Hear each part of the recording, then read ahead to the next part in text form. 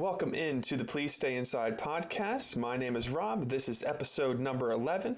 We are joined today by Gio, a musician and survivor. You can find him at gionationempire.com or on Spotify as Gio Nation. Gio, welcome on. Hey! It is rockin', Rob. Not a whole lot, man. We were just talking beforehand. Gio and I think, have known each other just through TikTok comment sections and live comments for probably about a year at this point. Gio has been incredibly supportive and has offered a lot of encouragement for me over the years. So I, for one, am very happy to be able to talk with you. Yeah. So Rob, can I just say that yeah. I'm a huge fan, so I'm coming on here as a guest, but like also a fan.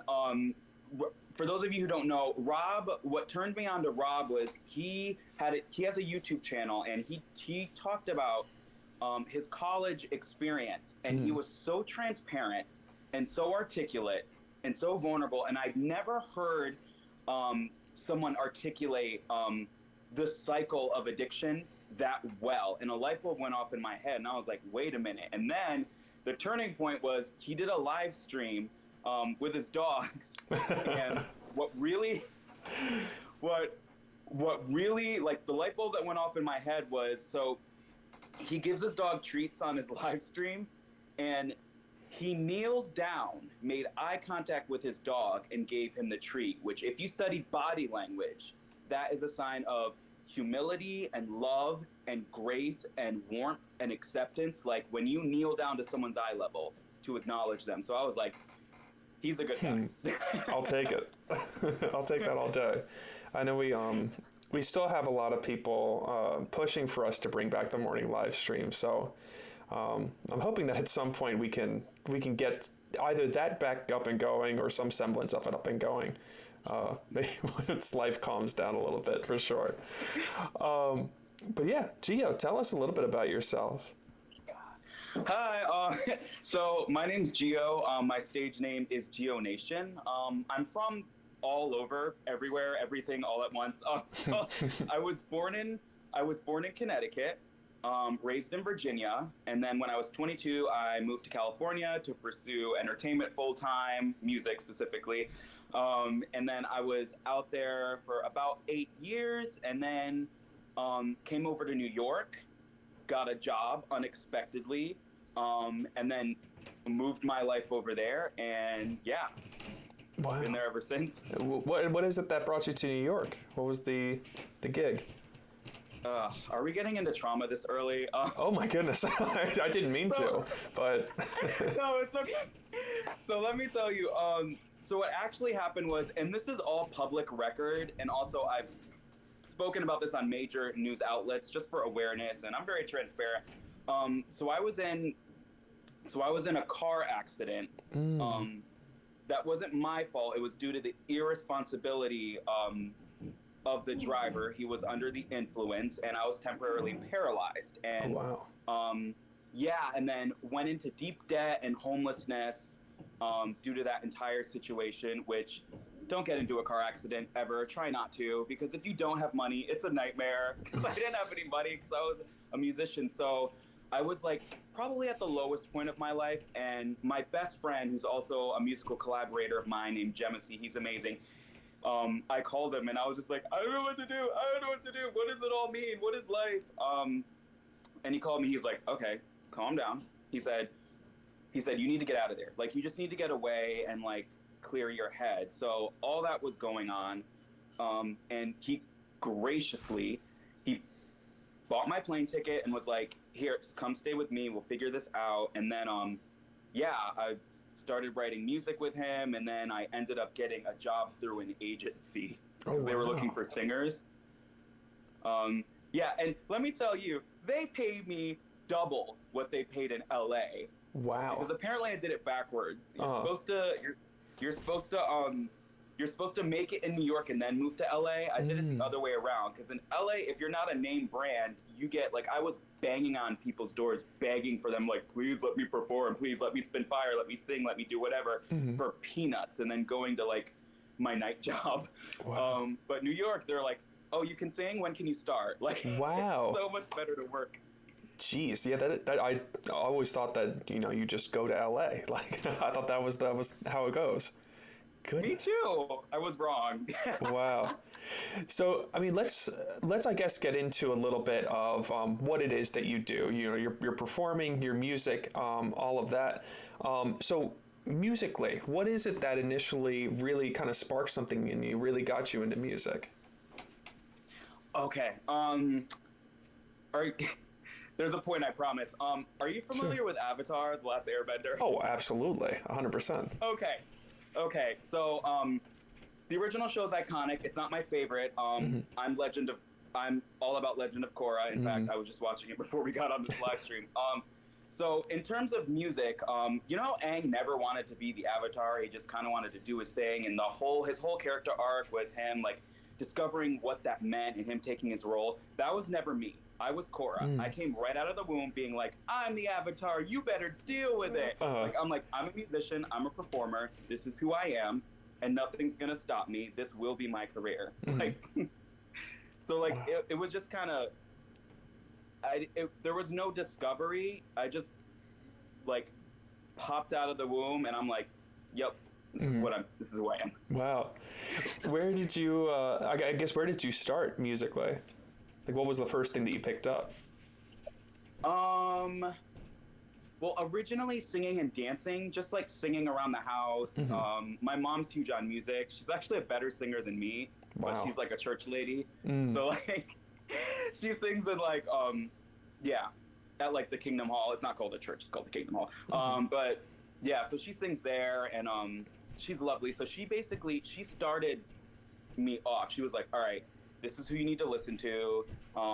She's very soul, very R&B, very disco. So she had this disco cassette that I would listen to, and I would dance around the house like a little fairy listening to like disco music. So yeah, I started there, and then I was in school choir. And then after that, I was like, also I hated school. I was terrible. Oh goodness.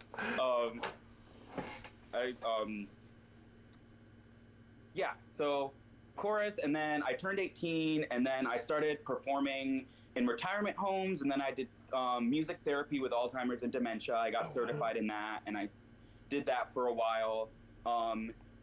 And then I got tired of singing other people's songs, which, if you know me, I love all music. I want to sing my own songs. I have my own voice, my own thoughts, and my own opinion. That you do. I have I'm not one of those artists who's like, I can just be a cover band, where there's nothing wrong with that, but it's so not me.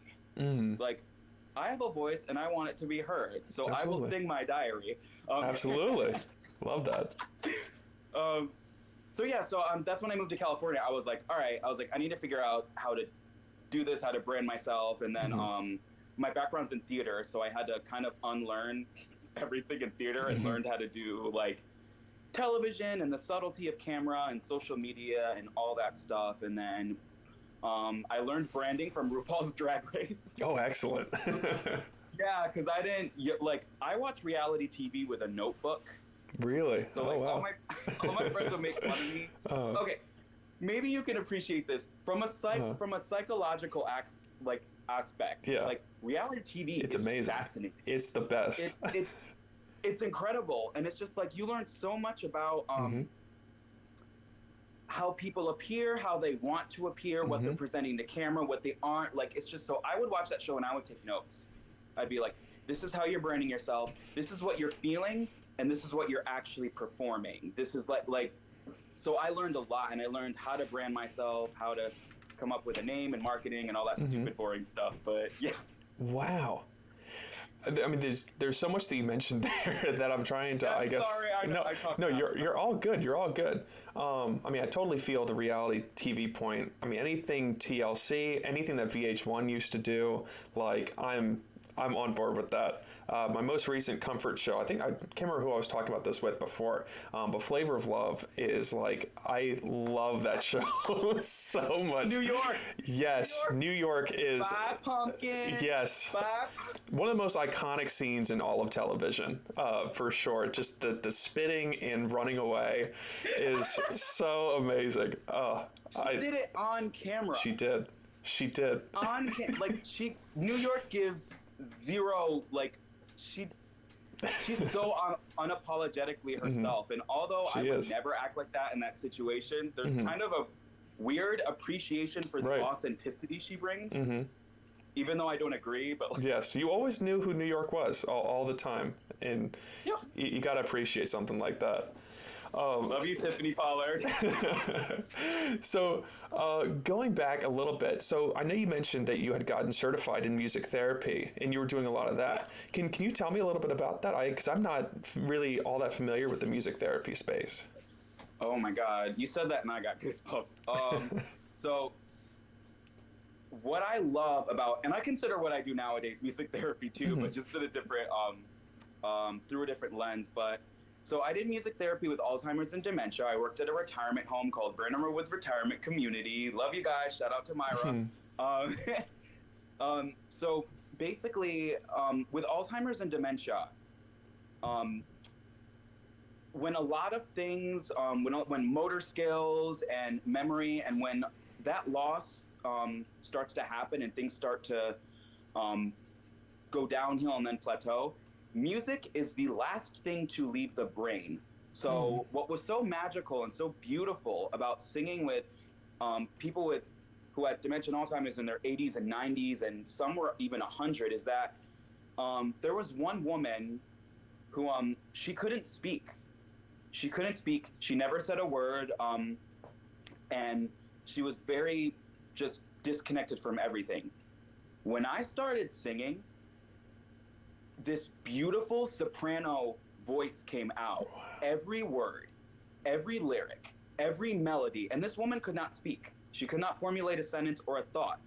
But so like watching that magic unfold was so beautiful and so enriching, and it was just like, it didn't matter that she couldn't speak English. Like what mattered was we were connecting through music. We were speaking through the language of music. It was so beautiful.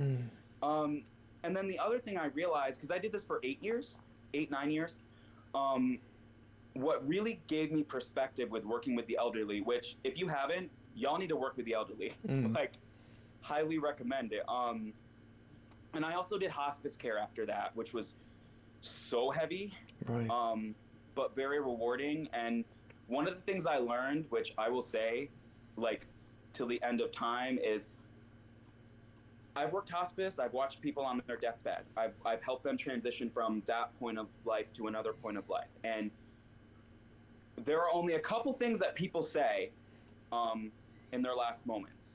2 things out of all the people I've seen. The first thing is, I wish I married the love of my life. And the second is, I wish I saw my family more. That's it. Wow. No one ever mentions work. No one ever mentions their house. No one mentions their car. It's always, I didn't marry the love of my life. And I wish I saw my family more. Wow. So, like, hearing that so many times really put things in perspective to me. Because these were, if you can afford in-home care, you've got hundreds of thousands to millions of dollars. So these are people who have had long, lucrative, beautiful careers, have traveled the world. That's what they said. So I was like, okay. Wow. I'm starting to get like... Geez, I mean, even just, I mean, being separated from that moment and talking about it now, makes me think a lot about things.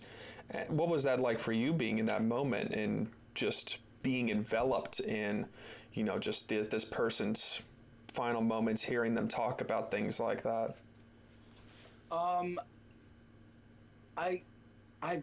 It's weird because all the people I took care of had long, fulfilling lives. So I didn't, it was just beautiful to see just the love the families had for their parents, and in their final moments, people showing up. And one of the one of the other things I'll never forget is one one of the women I took care of, she was 102. She was hospice, and she had dementia. Even in all of that, she could barely move. Um, she was a mother her entire life. She still had um, she still wanted to take care of other people. Hmm. So, which I thought was, so her daughter came, and her daughter was she laid her head on her chest and she was crying, and her mother just started brushing her hair Oh. and stroking her head. And a lot of times people think like um with people who are elderly, they're like, I need to take care of you. What do you need? What do you need? What do you need? They forget about the human need that we all need to take care of each other. It's a two-way street. Right. It's imbalanced for one person to be only taking care of someone 24 hours a day. It's not like psychologically healthy. It's not how we're made. So people who are elderly want to feel loved and useful, and they want to contribute. So let them contribute. Right. Absolutely. Absolutely. And and I love the perspective that you brought up earlier of working with the elderly so that you can hear these kinds of perspectives. Because one of the things that, in working with elderly clients, and I've read a good bit on working with the elderly as well, is that there is that fear of just not having a use anymore, of just not having a reason for being around, which, I mean, honestly, I think all of us can relate to. We all want to be useful. We all want to have meaning in things. And I can appreciate that you brought that piece up. I feel like that is so important. Yeah, I agree. So music, and I mean, in talking about meaning, music is something that seems to have been like a string that's attached to all of the various things that have happened in your life. So I guess take me a bit through, I guess, what music has done for you as you've gotten older, as you've gone through what you've gone through. What has music done for you? Saved my life. Okay. Pure and simple. So a game changer for me was, because I grew up in the South and everything's very one way. Yes. Absolutely. So, how do I phrase this? I'm just gonna, through the lens of my experience, school was very linear, and the problem with that is life is not linear, and you can experience, as you know, contradicting emotions all at once. You can feel happy and sad at the same time. You can feel, there's a whole rainbow of emotions you can be feeling at the same time. Like, for instance, anger. There's always something underneath anger. So you're not just angry. You're angry because you're hurt. You're angry because you're disappointed. You're angry because you don't feel seen. Like, there's so many layers to humans and emotions, and it's a giant rainbow and a giant spectrum. And being taught linearly was so unhelpful, because I felt like, so much of the time I felt like what I was feeling was wrong. And music isn't like that. Music is a spectrum. You can be angry at the fact that you feel angry about something, because there's a guilt associated with that. And I love communicating those emotions through music and melody and song. Once you get I like getting into like the science of that. Like, I'm gonna use like a diminished chord, because a diminished chord has like it leaves something open. There's more of like a dark depth and mystery. It's kind of like composing music is kind of like cooking, where you can use salt and pepper. Ain't nothing wrong with a little salt and pepper. Ain't nothing wrong with a little pop, E minor, C, G, D pop chord progression. But like, sometimes you want to throw in a little saffron. Sometimes you want to throw in a little smoked paprika, or like umami flavor, or like Yeah, I love that. It leaves things open for creativity. It's not that linear process like you're talking about. Yeah. I'm sorry. Did I go off on a tangent? No, you're all good. You're all good. So I mean, in talking about, I mean, what music does for you. I mean, it seems like it's far more than, I don't know how to explain it.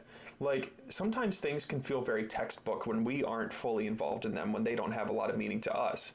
And so I think in like the way that you describe music, you can hear the depth of the experience of it, that it's not just that I can identify the chords or the notes and any of that stuff. It's that you you feel what this kind of chord means, what these kinds of notes mean, which I think speaks to what that has for you in your life.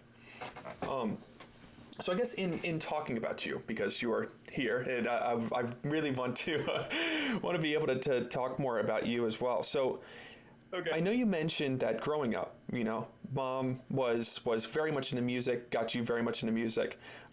We could take this slowly if you'd like to. No, keep going. I'm just being dead. So take me a little bit through, I guess, what growing up was like. Yeah, let's just kind of start there. Okay, so this is a multifaceted, multi-level. This is a pyramid scheme. No, I'm kidding. Yes, this is like where we sell the MLM. They're layers.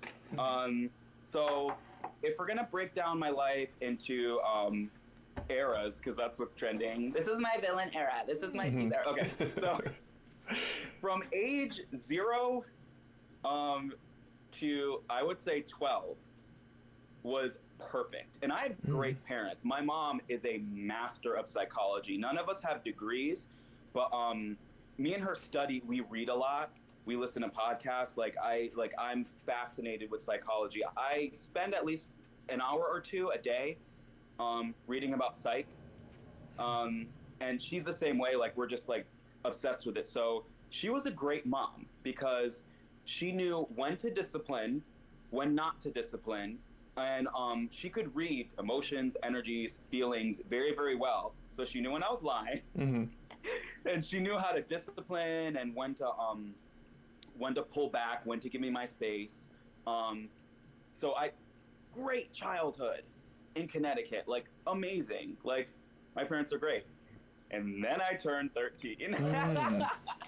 Faithful 13. And then I turned 13 and was severely bullied at school for being queer, for being different, and for not thinking linearly. And this was in Virginia. And Virginia's like Baptist South, and they're like, why are you wearing pink shoelaces, boy? Like, they were awful to me. And physically, emotionally, and psychologically. Yes, physically. I did get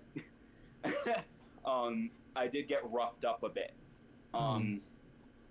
So that what was your question? Growing up. Okay, yeah. So my teens to my 20s were awful. I was in and out of therapy, on every medication you could ever think of. Lithium is the worst. It did not work for me. I hope mood stabilizers did not work for me. If it works for you, great. I hope some of this medicine is helping people. It did not help me. Yeah, I hear you. It didn't, or let's say it didn't. It wasn't helpful towards me. It didn't interact with my neurochemistry in a way at which we hope. And I was also, as you know, therapy is not linear. Sure. I went through many therapists and was diagnosed falsely many times, from bipolar to borderline to which is no fault on the therapist, because let's face it, it's hard being a therapist. Like, you can't, and you can't incept yourself into someone's mind when you only talk to them for like an hour, like once a week. Like, that's an unrealistic expectation to walk in and be like, well, you're the therapist, you have a degree in this, tell me what's wrong. Like, sure, come on, let's be realistic. So I'm not blaming anybody. I'm just saying the mind is like, there's a galaxy, a universe inside of all of our minds, and you can't expect the therapist to know every crevice, every corner, even if you've known them for years. Like, it's yeah. Anyway, no, I hear you. Anyway, so yeah, I hear you. And in and out of therapy, and then I moved out when I was 19 because my parents are Jehovah's Witnesses, and I realized that although I held a lot of the values and ideals, which, not knocking the religion at all, because I don't agree with everything, but I was taught about love and giving freely and family values and love and peace. And I was taught public speaking, which was a very useful skill from the age of 7. I was on it's called the public ministry school, and I learned everything there is to know about public speaking. I spoke in front of thousands of people sometimes. Wow. So, which really set me up for life. On the other hand, in a queer space, we do not agree and we don't see eye to eye. And it took me a while to figure out that we're all human, and everyone has the right to believe what they believe, as long as it's not hurting anybody. Yes. So you have to let people live, and if you really want to make a difference, you have to prove it by the life you live and the actions you take. So me sitting on a pedestal being like, you can't treat us this way, this is human rights, this is wrong, I have to lead by example. Because no amount of words is going to change someone's mind. If I lead by example, and I'm a good person, and I give to others, and I help, and I get people to appreciate the love inside themselves and self-identify, that's what's going to change public perception, not me standing on a soapbox. Is that important sometimes? Yes, because we do need to speak out, but ultimately the example you set is by the life you live. So if I live a life of love, that's going to speak volumes more than me picketing outside of a Kingdom Hall, being like, how dare you? At the same time, I imagine that it must be difficult to lead by love sometimes, especially, when being part of the LGBTQ community, you can, hear some of the things that you hear. And I imagine it might be difficult to maintain that sometimes. It's really bad. I'm not gonna lie. And people are like, things are getting better. I still walk down the street and get called every name you could ever think of, just for being alive and being myself. Which, none of us asked to be here. We all share the planet. Wouldn't if you I don't understand why me just existing ruffles people's feathers. And then back to Legend of Korra. Yes. What really that show literally changed my life. The turning point for me was in season 4, where the villain Kovira is after her. She's completely antagonistic, and then towards the end, they have this beautiful moment where she's like, why are you showing me compassion? Why are you showing me sympathy? I've been against you. I've been horrible to you. And she said something along the lines of, I see a lot of myself in you. You're fierce. You're determined to succeed. She's like, I see the humanity in you. I see the pain of you being an orphan. And I understand that you're acting from a place of hurt. And I see the humanity in you. Do you have to pay for the crimes you committed? Absolutely. But so when I learned that when people have a problem with me, or when people lash out or are cruel to me, those people are sad. Those people were abused. And it's all just, we're not educated on ourselves or how to process those emotions. So it's funny, when I'm driving, one of the things I say, if someone's mean on the road or flicks me off, I say, they might be going through a divorce. You don't know what kind of day they're going. You don't know, everyone is constantly misdirecting their feelings, including myself. I'm not perfect. So you have to give people grace, and you have to understand when those people are yelling and screaming and picketing, they don't know. They know, and there has to be accountability, but you have to grant people grace because we're all hurting. It's hard to be in this world. It is. So you have to see the humanity in each other. You have to have a balanced view. So I'm not saying let people push you around and call you a sissy, because I will call you out, but you also have to see the humanity in people. Right. And it's... That is such a difficult thing to do, and I go back and forth on it myself a lot of the time.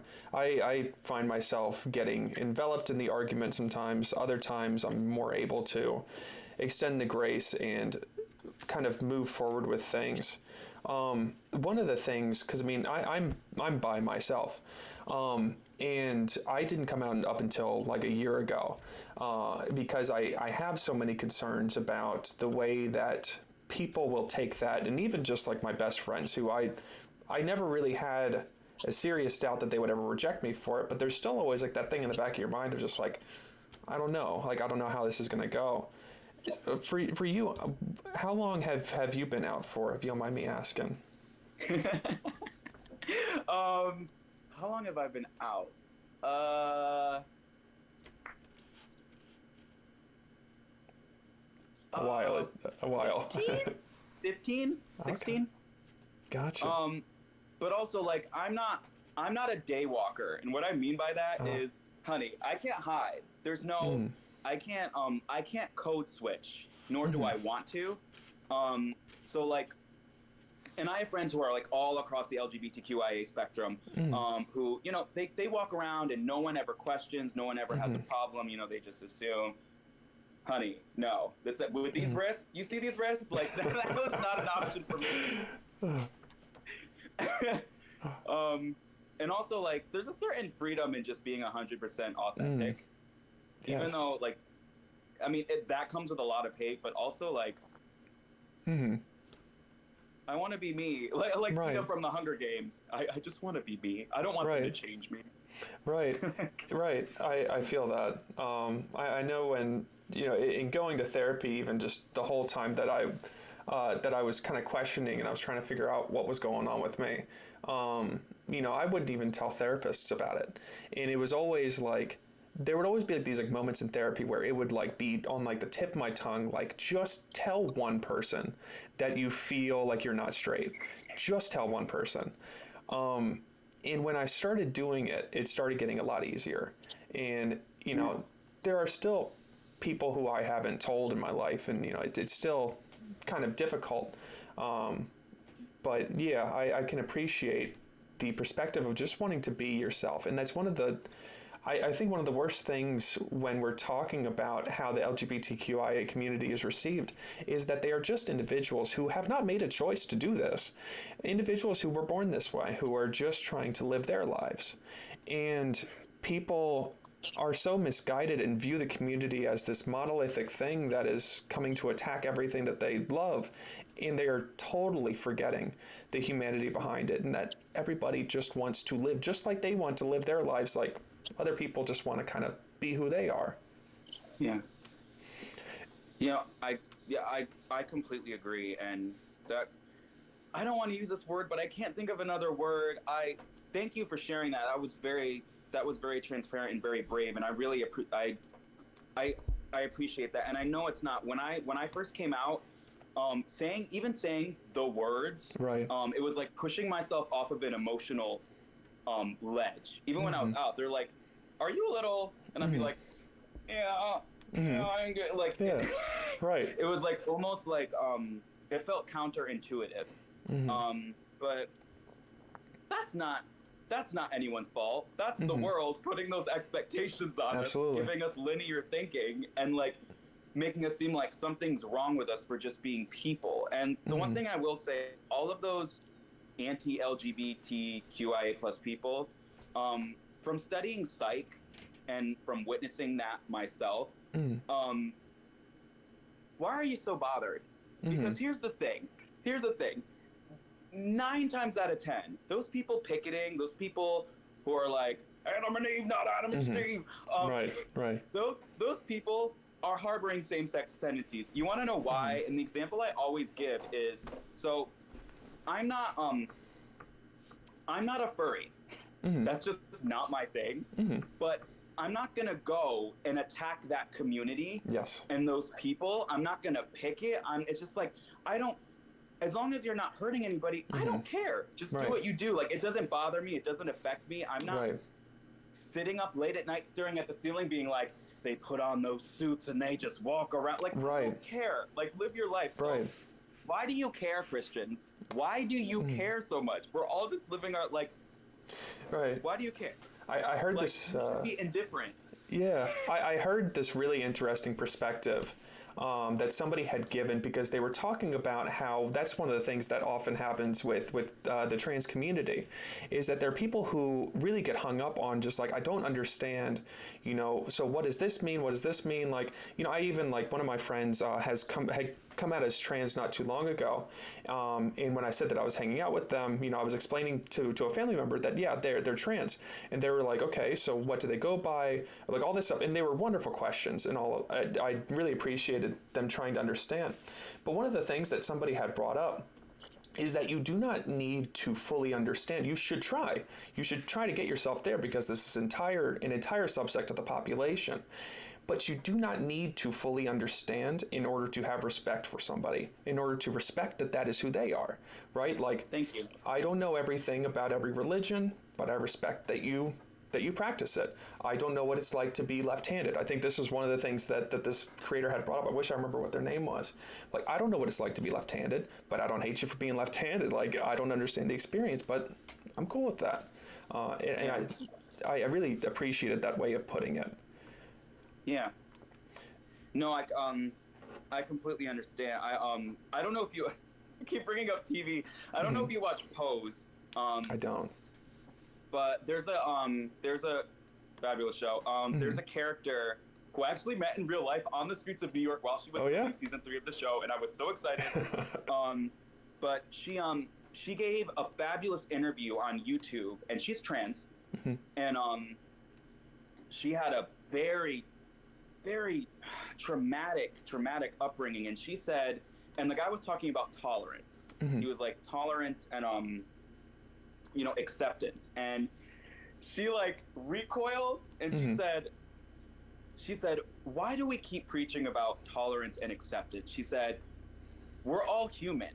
We're all in the same race of humanity. She was like, I may want you to understand me, but my basic human rights have to be tolerated or accepted. She was like, what does that even mean? Right. Like we should automatically just love and accept that we're all human. Like why does that have to be a thing? Why do we have to preach about tolerance? I'm tolerating your straightness. Like, I'm tolerating your straightness. It's just like, could you imagine if the conversation was reversed and I went to like a straight bar and I was like, I'm tolerating you kissing your girlfriend. It makes me uncomfortable, but I'm willing to tolerate. Like, and we don't realize how degrading that is. That's degrading. It is. Like, my life is not something for you to tolerate. Like, like, what? Right.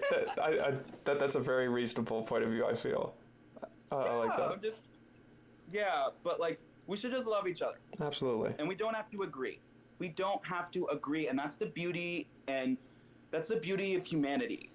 Like, we can paint with all the colors of the wind, or we can just like. Right.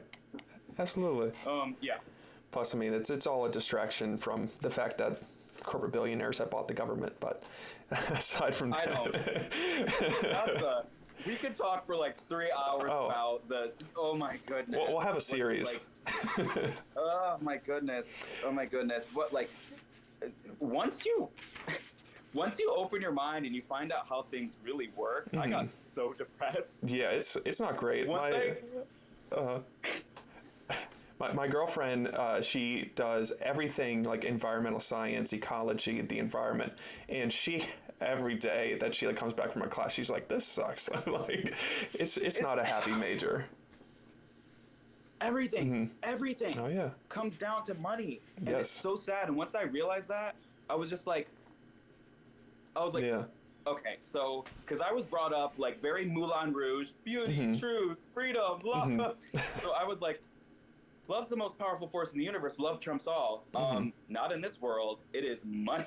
Yes. It is money. Money can buy love. Like, money equals value. And then I actually was speaking to one of my good friends, and he was very depressed, and he was just like, I just feel so worthless. And I said, look, I love America, but we've been indoctrinated to believe that our worth is based on our earning potential. Right. Especially as men. If we're not earning, what is our value?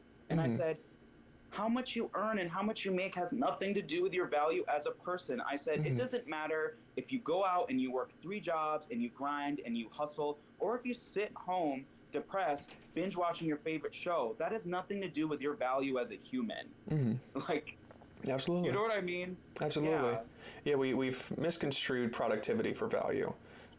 because that's what is valuable in a capitalist society. But it's a difficult subject for sure. And so it's a casserole. It is, and I do want to bring it back to you. So Okay. So I know we talked a bit about upbringing. I know you said that you came out around 16. And so when you came out initially, I know around 13, it sounds like people were bullying you already at that point. When you came out at 16, how were you received? Horribly. Man. Are you kidding? There was an angry mob around my hut. No, it wasn't like no, I was in Virginia. So not good. And I was like, the amount of ideation that went through my head on a daily basis was astronomically ridiculous. And thank God I was like, okay. I was like, you guys want me not to be here? I was like, I will go and find a community that actually loves and accepts me. And that's part of the reason why I moved to LA. I mean, also for music, because hey, but mostly because I was suffocated. I felt so suffocated. And there are a lot of beautiful things about Virginia. I'm not like saying it's a terrible place, but when I was there, I was attacked just for walking down just because for wearing pink shoelaces. Wow. People were attacking me physically. First of all, color doesn't have any gender or like, so I like, that's a whole nother ballpark. I won't even get into that because a color is not feminine or masculine. That's not even a thing. So like, but anyway, like, so yeah, I had to move away and find people who actually, and you're in Maryland. Maryland's actually a great community. I have I love Maryland. Over there, Maryland is, I don't know where you are, Bethesda, or I don't know where you are. Yeah, close. I'm over just outside of DC area. Okay. Yeah, great area. Yes, I love it a lot. Partied there a lot? Yes, I find myself in DC a lot. And I think part of being in this area had helped me a lot to getting to the coming out point as well, because I was in Southern Maryland, which was very like rural, and and then I moved to Western Maryland, which was then just West Virginia should own that part of Maryland. It's just West Virginia. But that is such a shame that so you're living this life that you are now out, you're embracing authenticity, and violence is being inflicted upon you. Yep, I'm being punished for it. Right. Punished. Which psychologically was hard for me to wrap my brain around, because like, I don't know what it is about this world, but being authentic and doing the right thing, you often get punished for. Yes. Like, that whole no good deed, when Alphaba was like, no good deed goes unpunished, I remember hearing that and being like, what do you talk about? And now that I'm an adult, I'm like, oh, she's so right. She was like, sometimes you get punished for giving people love. Right. Absolutely. Yeah. But you moved to LA, right? Yeah. How did that adjustment, I guess, affect your mental health, affect just how you were feeling about things? I could breathe. I believe it. For the first time in my life, I could breathe, and you know what I realized? I wasn't crazy.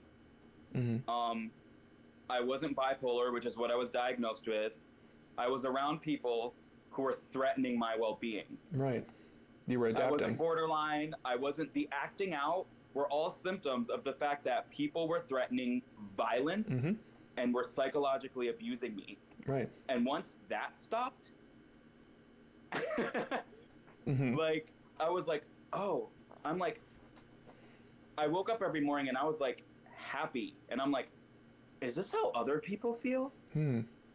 Because like waking up in Virginia did not feel like that. I literally had to like talk.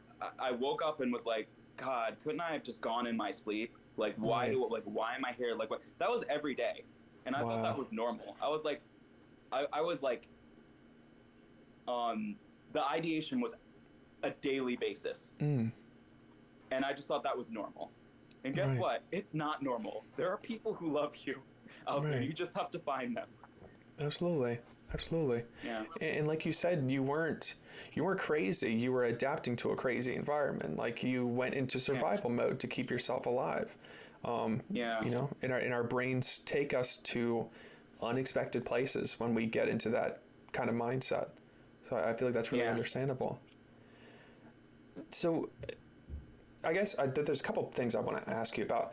So with the ideations, what did you find allowed you to keep going? Because I know that there are so many people who are suffering through it, and I know that the rates of attempts and ideations are astronomical at this point in time, especially among young people, especially among the LGBTQIA plus community. What is it that you feel like allowed you to work through it, or I guess just to continue to exist? I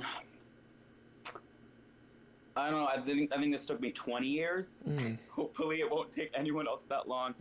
I had to realize that I had a voice that needed to be heard, and I had a purpose. And my purpose is to inject as much love and light into the world as possible through the vehicle of music. And once I started acting and orienting my brain through like that purpose, so I still battle with ideation, but I'm a lot, like, I got armor now, so bring it. Right. So, like, love that. So like I still wrestle, but like I'm ready for, I'm a trained soldier going into battle with a full set of armor, 8 rations of food and a backpack. So you know what? Let it rain. Yes. Love it. Yeah, you got a reason to stick around. You found that meaning, you found that purpose. And that, I think, regardless of anything else, is that is, like you said, that is some armor. That is difficult to cut through. Yeah. I love that. So you've gone to LA, right? And you've felt this more freedom. You are thinking differently, feeling differently.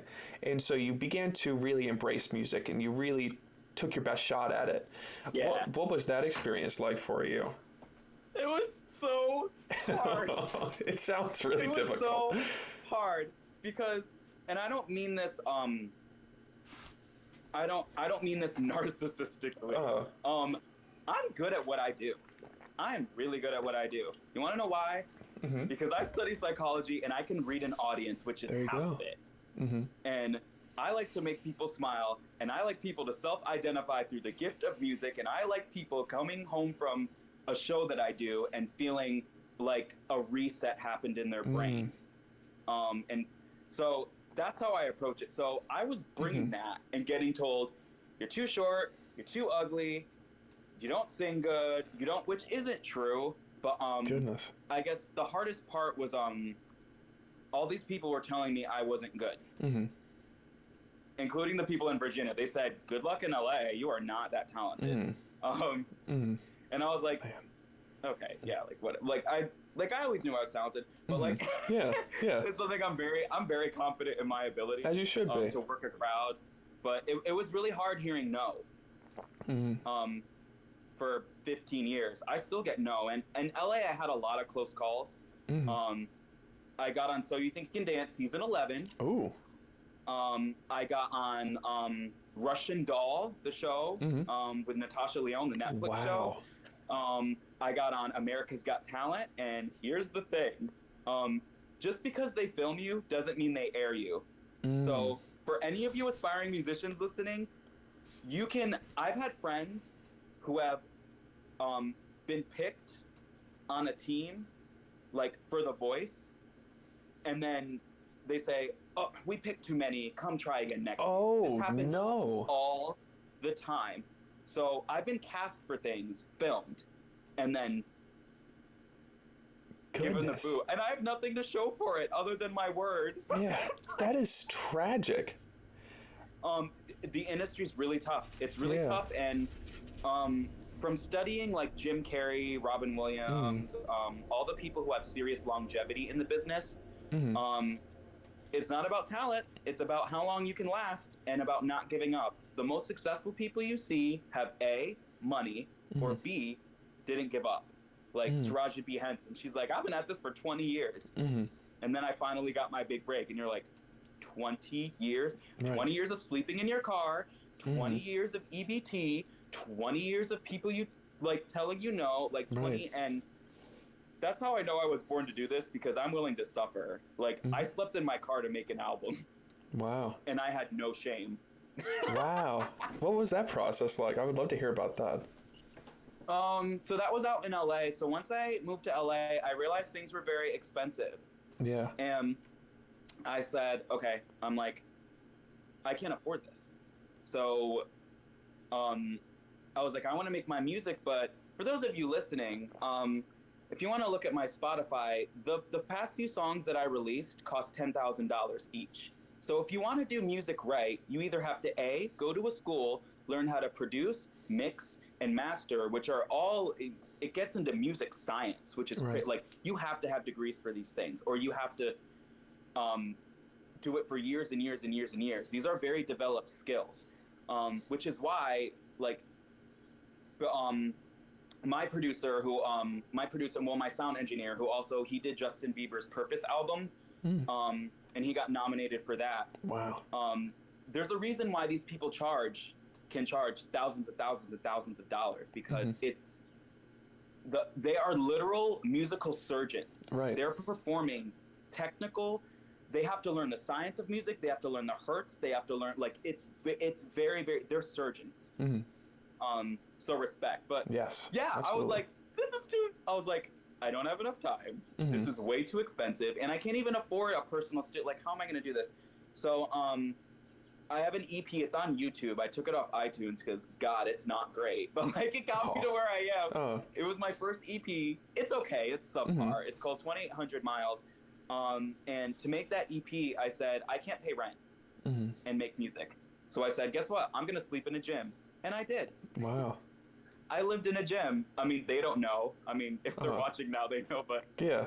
How did you? I got a gym membership. I slept in the gym, and then I used all of the money I was making from nursing, and I was able to finally pay people these hundreds, thousands of dollars to actually make things of quality.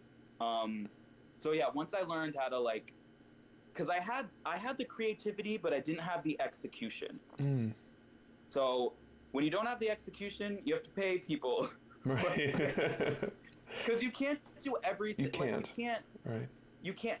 You can't write, sing, produce, choreograph. I mean, you can to a certain degree, but if you don't have money and you don't have time, you have to. You have to level with yourself and be like, realistically, as a human, what can I do, and also maintain a sense of health. And, like, right. So yeah, does that answer your question? Yeah, it absolutely does. I believe so. Okay. I believe so. I can't remember what I asked, but I enjoyed what you said. So, so you kind of accepted that, you know, you had to make this choice of, you know, it's either rent or music, and given that music is the thing that has the meaning, we're choosing some music. What was that time in your life like? However, I imagine that brings some difficulties with it, having that, you know, that life of having to sleep in a gym and having to do all of that in order to pursue the thing that you love. It gave me really thick skin. So I wasn't. Are you familiar with the hierarchy of needs, like that pyramid? Yeah. Okay. So awesome. Okay, I forget you do this for a living. I don't need this. No, you're all good. So this is just my personal experience. I don't know anyone else who's ever been homeless. I don't know what your experience is, but when I was homeless, and focusing on music, I was focused on survival. So the other, like, tiers of the pyramid did not even register in my brain. I wasn't like, who am I? What does it mean? What's my purpose? Like, when you get to the top, I was just like, food, shelter, survival, music. Like, so my brain didn't even think about any of that stuff. And honestly, when I was homeless, my mind was the quietest. Really? That was the most peaceful time of my life. Because I was just like, when's my next meal gonna be? And when can I get to the studio? Like, that's it. That's all I had to worry about. Right. And LA is great to be homeless because it's so warm outside. So True. I suppose that's fair. Yeah, I was living, but my friends were mean. They were not. And I got a lot of crap from a lot of people. They're like, "This is stupid. This doesn't make any sense." And then once my song started getting hundreds of thousands of views, then they were like, "Oh yeah, man, yeah," and I'm like, shut up. That's a shame. Because when I was homeless for 4 years, none of y'all were saying that. You guys were making fun of me. And now that it's actually starting to pay off, I have a following and people are actually listening to my music now. You all want to jump on the bandwagon? No, ma'am. Yeah. And you get to determine that. That's the amazing thing. So I could definitely understand the when you have less things to worry about, things are very straightforward. So I can get that. I imagine there's still a great deal of difficulty to it, but I get that aspect. That makes sense. Do you still notice, I guess, remnants of the kind of mindset that you had to be in at that time? Like, because like when we get into survival mode, especially for a really long period of time, it's difficult to just fully then transition into something else and to never feel like you're teetering on the edge of something or anything like that. Do you ever notice those kinds of things? No, because I never got out of survival mode. I'm still in survival mode. Oh, there we go. I'm still in the quarter quell. We're still in Hunger Games. I'm waiting to go home. Like, I'm still here. Like, I'm still fighting, and I'm still making sacrifices, and I'm still living uncomfortably. But it's actually paying off now. So that's kind of like, I'm actually reaping the fruits of my 20-year labor. Finally, it took forever, but so that's kind of nice. And my fans are amazing, and they always reach out to me, and so it's just like the hard work's paying off, and I'm very, very blessed. But I am still in survival mode. So once I get out of it, I'll let you know. You'll have to come back on. And once I get out of that mode, I'll let you know, and then I can start my real healing journey, not this the maintaining journey. Healing journey. I hear you, and I'm excited for when you get to that day. So I guess as we begin to wind down today, the last thing I did want to ask you about, because I was looking at your website and you had a lot of things about yourself. I do want to ask you about Burning Man.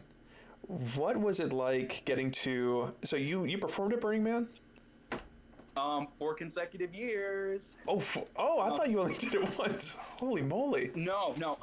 So I was a performer. So I've never gone to Burning Man as a performer. I didn't pay because I was contributing to the festival. Right. So I couldn't even tell you what it costs or how. So I spin fire, and I worked with a conclave, and got into Burning Man that way. And here's the thing. I didn't know I was a hippie until I went to Burning Man. And people want to say all this crap about Burning Man and stuff like that, but here's the thing. Burning Man is a choose your own adventure. It is anything you want it to be. Are people doing uppers, downers, and candy corns? Yes. And if that's what you want your experience to be, that can be your experience. But there's music. There's a kids camp. There's a camp where you learn how to make textiles. There's a dancing camp. It's a entire community of artists, and everything is free. The only thing you pay for is the entry fee, and then people just give.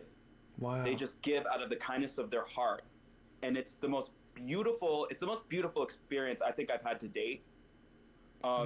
Just to watch people interact without capitalism, and everyone just freely giving out of the kindness of their heart. And it's just like, you can walk into a different camp at Burning Man, and they offer you food, they offer you shelter, they offer you clothing, and it's no questions asked. They just respect your humanity, and you drink for free. But added bonus. And all the food is free. People just cook. Chefs will just cook you gourmet food out of the kindness of their heart, and listen to your troubles. And it's the most beautiful experience I've ever had. And thank you, Curtis Houston. Shout out to my fire spinning mentor, and for introducing me to that world, because I didn't realize that could exist. I didn't realize a community of loving artists could just come together and appreciate each other and not judge each other. So it's incredible. And it's, like I said, it's a choose your own adventure. My friends, they volunteer at the kids camp. There's a kids camp. And it's amazing. That's awesome. That's a bucket list item. I would love to see Burning Man someday. That is awesome. I appreciate you sharing. Join a camp. Yes, join a camp. Don't do it on your own. Like your first time. Like I would say, join a camp, because like the desert is. My dad was like a farmer, and he's very rugged and rustic, and so I was like raised around the outdoors and like harsh environments. But some people aren't, and the desert gets to like 110 degrees with no clouds sometimes, and then like freezing at night. So you need some survival skills. Yes. Got to be ready. Unless you have money, you can get an RV, but like definitely do your research and get in with a camp, and everyone's super nice. Like, I love that. Yeah. Well, hey, I'll have to let you know about that when I get to go. Yeah. So, Gio, I greatly appreciate you coming on and talking with us. I'm so thrilled that we have finally got to talk after all this time. But anything, as we come to a close, anything you would like to plug before you head out? Anything you would like to say to the people at home?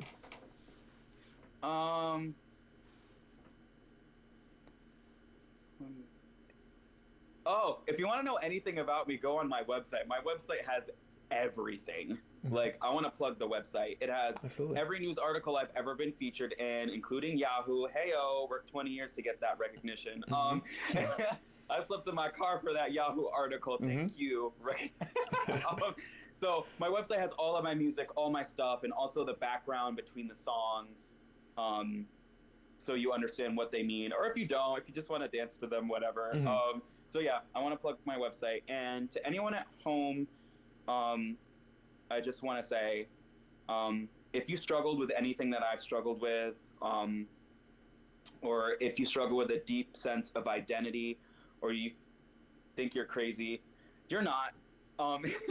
And there is love out there, and I urge you to search for it. You have to search for it. It's there. And yeah, I wish everybody light and love, and I'm sorry life is so tough, but don't ever feel ashamed for wanting to feel a sense of belonging or a sense of community. That's how the human brain is designed neurologically. That's how we're designed. We need each other. We cannot survive without each other. That's how we've dominated the earth for so many years. We are pack animals. We need each other. Don't ever let American capitalist, individualistic philosophy make you believe it's wrong for you to need someone else or to reach out. We need each other. And do not feel ashamed of that. We're human. Let yourself be human. So yeah, that's it. Gio, thank you again so much for coming on. Thank you for all your kind words. Again, everybody, if you want to check out Gio's stuff, his website is gionationempire.com. You can also find him on Spotify as Gio Nation. So yeah, Gio, thank you so much. And thank you to... Absolutely. And thank you to everyone who watched live here on YouTube and everybody who is listening later on. My name is Rob. This has been the Please Stay Inside podcast. Please take care of yourselves. Take care of each other. We'll talk again soon.